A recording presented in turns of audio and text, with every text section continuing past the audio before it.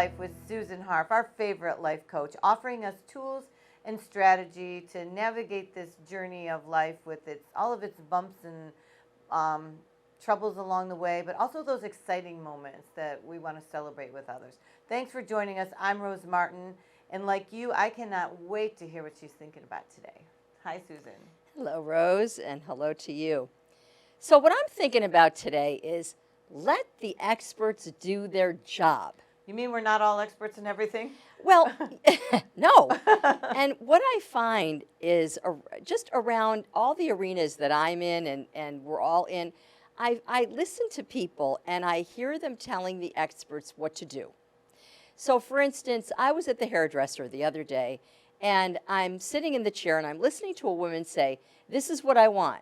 I want to look like so-and-so and the other person on TV, and I want to look at that person like that person on the sitcom, and I want my bangs to be like that, and I want my color to be like that, and I want you to trim it up here but not down here. And first of all, she wants to look like someone else, and she wants the hairdresser to make her look like these other people. And she might not have that kind of hair. No, she doesn't.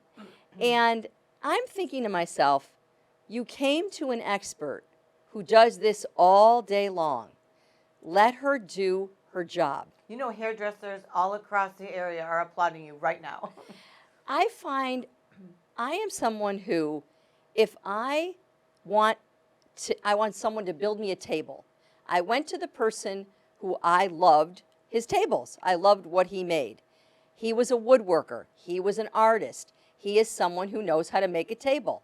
I said, please make me a table. He said, tell me what you want. And I said, I want it to look like you made it. So I don't believe that I should be the person to design the table. I mean, of course, I said to him, I like metal and I like wood and this, I like. It can't be 16 feet long. Exactly. It has to fit into a certain space. But anything that he was going to dream up was so much better than what would be in my head about the table, because I'm not an expert, I'm not a woodworker, I'm not a metal artist. He is. And why stifle their creativity, Exactly, because when we try and tell the expert what to do, we are stifling their creativity. So those are two examples, and I want to give another one. I am embarrassed at the way some parents behave when they go to their child's school. What embarrasses me as a parent is when other parents try and dictate what the teacher should be teaching, what the teacher should be saying, how the teacher should approach the children, what sometimes the school district should adopt as a policy. I'm not saying that we as parents should not have the right to raise our children the way we deem appropriate. But when you send your child to a system, you are entrusting that system to do their job. And that's not to say that you don't have opinions, but I am saying that if you don't trust the system that you have enlisted to teach your child, then you should not be sending that child to that system. I agree with you, because I think the one common factor that people have in terms of professions, they think in education, since everybody went to school, everyone's an expert in school. And they aren't, because a lot of time and training and education goes into preparation. And we wouldn't go to the orthodontist, you wouldn't go to the cardiologist and then dictate or say how they should be doing it, or no, I really don't need this filling at the dentist. Like, no, don't really do that to my tooth, because we trust them, right? Exactly. And the same thing, like example you gave with the hairdresser. It's not always what you think is going to be right. Exactly. I have a heart, but that doesn't mean that I know what the heart doctor knows. Right. Exactly. I'm not a cardiologist. It's that simple. It is ridiculous to think that you should have purview over what is going to, and what and how is going to be taught. as I said, if you have a belief system that is not aligned with what you believe is happening in the school system, you have every right to take your child out of that system. There is such a thing as homeschooling. There's no judgment about that. If you want to homeschool your child, that is your prerogative. But I believe once you make the decision to send your child to a system that is not called the family of origin to be educated, then you have to sort of recognize that they have a set of systems and rules in place, and you're trusting them to educate your child. I know many people who made the choice of where to live based on the reputation of the school system. That is something, again, that's well within your purview. If you believe that certain school systems have a record of, for instance, have a higher percentage of children who end up going to college, that's the school system you choose. That's altogether appropriate. But it's not appropriate to drive over to the school and walk in the door. I mean, most schools now have policies about how you can't just walk in the door. But it certainly is not appropriate to walk in and expect, I mean, believe it or not, I know people who have interrupted a lesson that a teacher was giving, walked right in the door, I need to talk to you. Totally inappropriate. You know, the other thing I think is schools want parents as partners. You know, Yes. school boards are doing curriculum, and they're Yes. people from the community, right? You're either elected or appointed. They are people from the community. Strong schools have families and partners in the community and with parents. That's why they have PTAs. That's why their schools are inviting parents in for curriculum nights to learn and to grow together. And so there's a difference between being a partner in your child's education and growing together, and being an adversary who's, like you say, jumping in the middle of the school day. Or Attending a school board meeting when you're not on the agenda and expecting to be heard. There are reasons for rules. There are reasons for systems. And we need to, as you said, we can partner with these systems. But the way to have some impact is to be on the school board, run for school board, or to attend a meeting, or and be on the agenda if you choose to speak. If not, you can't. It's not appropriate. The other thing is, there are, as you said, there are ways to appropriately be involved. There are curriculum nights. There are meet the teacher nights. There are times when it's completely appropriate for you to make an appointment if you want to speak with the teacher, or you want to speak with the principal, or if you want to go to a school board meeting and hear more about what's happening and how the decisions are made. Those are all appropriate ways to be involved. But we need to pull back. This is a time right now where I find things are out of hand in some ways, in a lot of arenas. And I think that if we would allow our experts, as we have in the past, to do their job, we would no more tell a surgeon how to take our gallbladder out.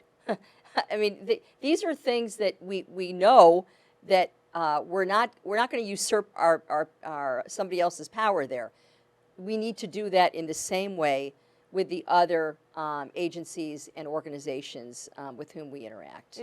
I think about it comes down to respect, right, and trust, and Exactly. building relationships. Exactly. And those things are so critical, especially when you're looking at something as important as the education of a child. And make no mistake about it, your children are watching. And for people who think that what you're teaching your child is to speak up, when you, for instance, go to a school board meeting and you're not on the agenda, you're not teaching your child to speak up. You're teaching your child that it's okay to not obey the rules, and that it's okay to be disrespectful. Respect comes in a lot of different forms. And one of the ways we show people and we show organizations that we respect them is by allowing them to do their job. You know, one time I was in a meeting, and this was a long time ago, but I will never forget it. I was in a meeting where there was a subcommittee formed to go and research an issue. And the subcommittee came back to the larger group, And they reported their findings, and they said, okay, this is our recommendation now based on the findings. And someone decided to speak up, and they said, we were all set to vote. And it was clear that the recommended findings were the way that we needed to go. We entrusted this group to research the issue and come back and inform us. Someone raised their hand and they said, I wasn't on the committee and I don't agree with the findings. Okay. We had that person have their say, but then they decided that they wanted to organize another subcommittee and research it again because they didn't agree with the findings. And that was overruled. And the reason it was overruled was because when you show respect for a process, you then don't circumvent the process. So in other words, we have appointed a committee to research this issue. It was an issue that had many different kinds of opinions. And they researched the issue, they looked at it up, down, left, right, and they came back, and they met for several months. They came back with their opinion of what we needed to do as a larger group. That is called, this is the way organizations need to work. And so instead of thwarting the system by saying, no, let's start over, we need to be respectful and say, even if that was not our original position, if this is the finding of the committee that we elected to do this work, we then need to say thank you, and vote what their recommendation was, not start all over. Right, and that covers the spectrum of experts, committee work, schools. I mean, I could think of anything that all of that would apply to. Faith-based boards. Right. I mean, we're on committees at church, at temple, in schools, in nonprofits, in all kinds of organizations in which we work and our special interests. And the bottom line is that when you need consensus, or when you have decided to be part of a system, I always say you have to join it before you can change it. And the bottom line is, even if you want to make change, which is altogether acceptable, but you need to do it through the proper channels, instead of thinking that you can just run in there and just speak your truth, and that this is called assertiveness. It's not. That's called aggressiveness, and that's not what we need now. We need people to come together. We need people to respect each other, as you said, and that comes in all forms. And one of those forms is allowing people who are the experts to do their job, and then you as customers of that organization need to say thank you. You know, and I think I want to make the distinction between blind trust and the appropriateness of being able to question. Exactly. If we want to question something that's perfectly reasonable, and we Absolutely. should, with any expert, question your service, question your procedure, question your surgery, question is a good thing. So the difference between blind trust but questioning and then trusting their expertise.